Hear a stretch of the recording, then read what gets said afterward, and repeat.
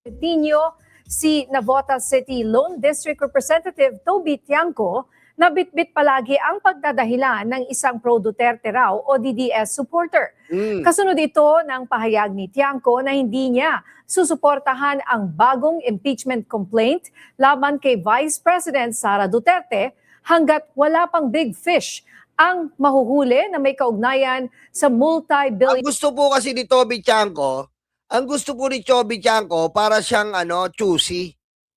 Ang gusto niya, hanggat may mahuli munang big fish.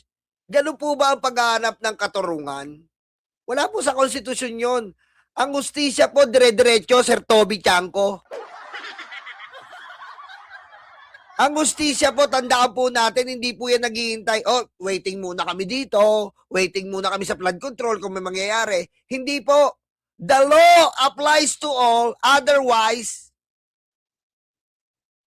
nothing at all.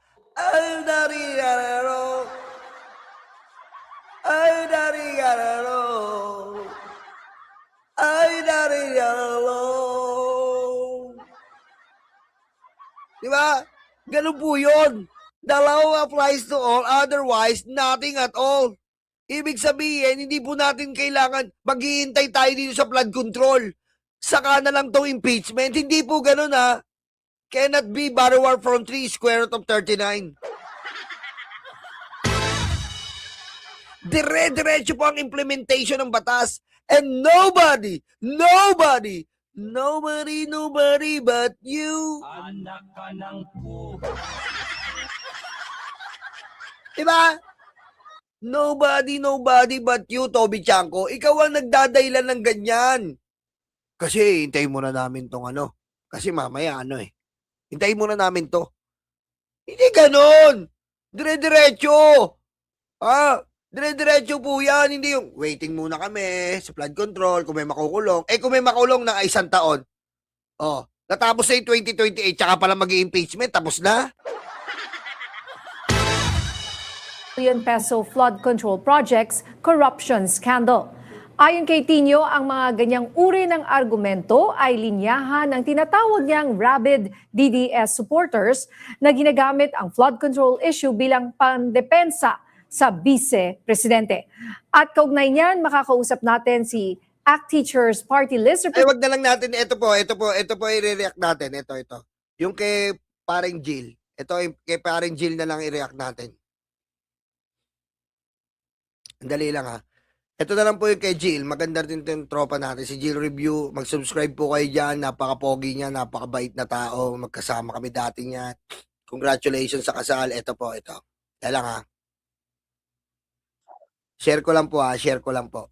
Ito na lang po para malinaw. Direct to the point. Ito na lang po. Para direct to the point. Kay VP Sara, kung uulitin nila isa pang impeachment attempt against her come Feb 6.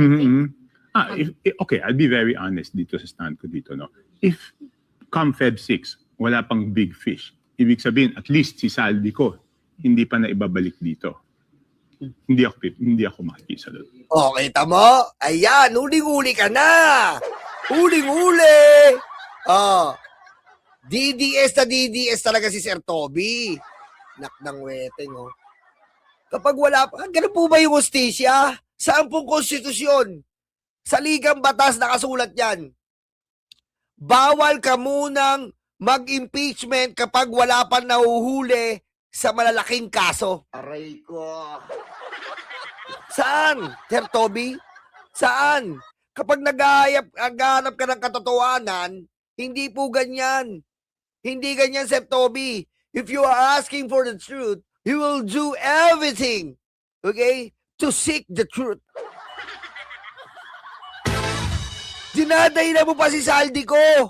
Hayaan mo ang ibang departamento ang mamblema doon. Ang problemahin mo, yung nasasakupan mo. Ano yung nasasakupan mo?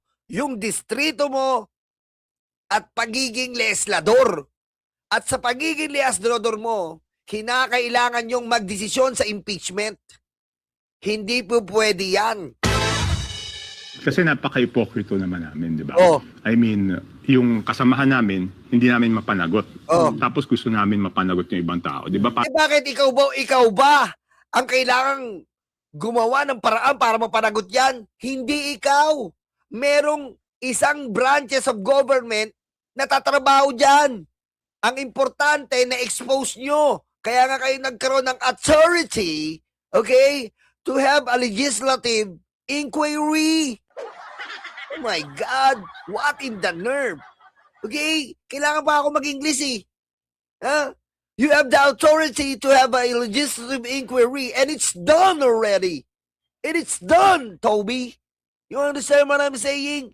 And when you are done in your legislative inquiry, in your different Congress hearing, the judiciary is there to act if there's an illegality in that inquiry. Oh my God!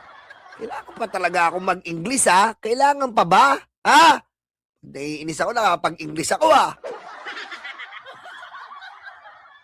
Diba?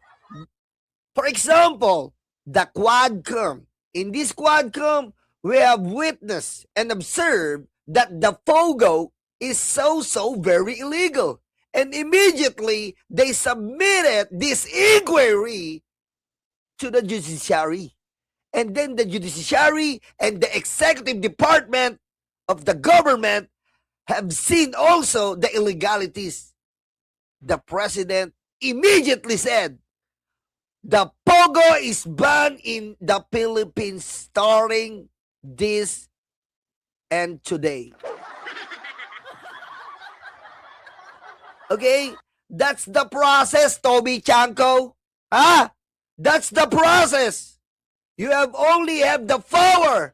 And if you use that power, it's enough already. The other branches of government will do their part to execute and jail if there's an illegality. Ayoko na mag-English na aray ko. Nalolobat ako eh. I-reserve ko muna to ha, nalolobat ako. Parang dito kasi sa kasong to, parang kami yung piskal, di ba? Tapos kami yung piskal, may bahid doon sa amin. Tapos gusto namin panagutin yung ibang tao kaysa doon sa panagutin yung kasama namin. Anong klaseng dahilan yan? Anong klaseng hindi ganon? Walang pinipili ang batas. Panagutin si Saldi, panagutin lahat yan, panagutin si Sara. Ano yan? Panagutin muna natin to. Waiting ka lang dyan. Eh, ganun ba sa konstitusyon? May ganun po ba? Mga kababayan, mga tagapakinig. Meron po bang nailathala